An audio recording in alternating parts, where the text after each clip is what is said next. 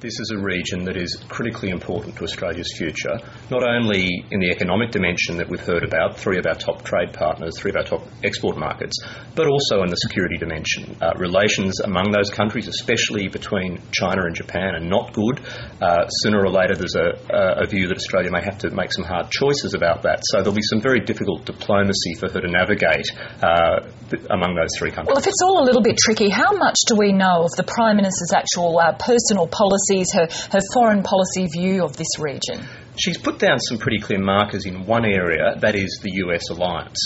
She's not going to North Asia with any expectations about special friendship with China that maybe Kevin Rudd was burdened with, but she has made it very clear in Washington and also in Australia that she places the US alliance at the centre of Australia's security.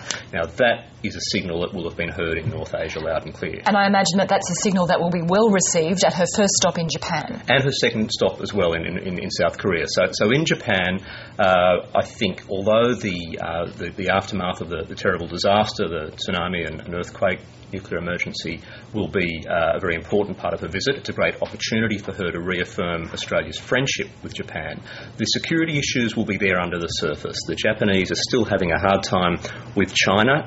At sea, there are all sorts of encounters and confrontations, and the Japanese will expect her to clarify, I think, where her alignment with the US stands on the big issues in North Asia. So I think there will be some pressure on her there. From Japan she goes to South Korea, and that's where she's actually going to be spending Anzac Day, a very interesting choice.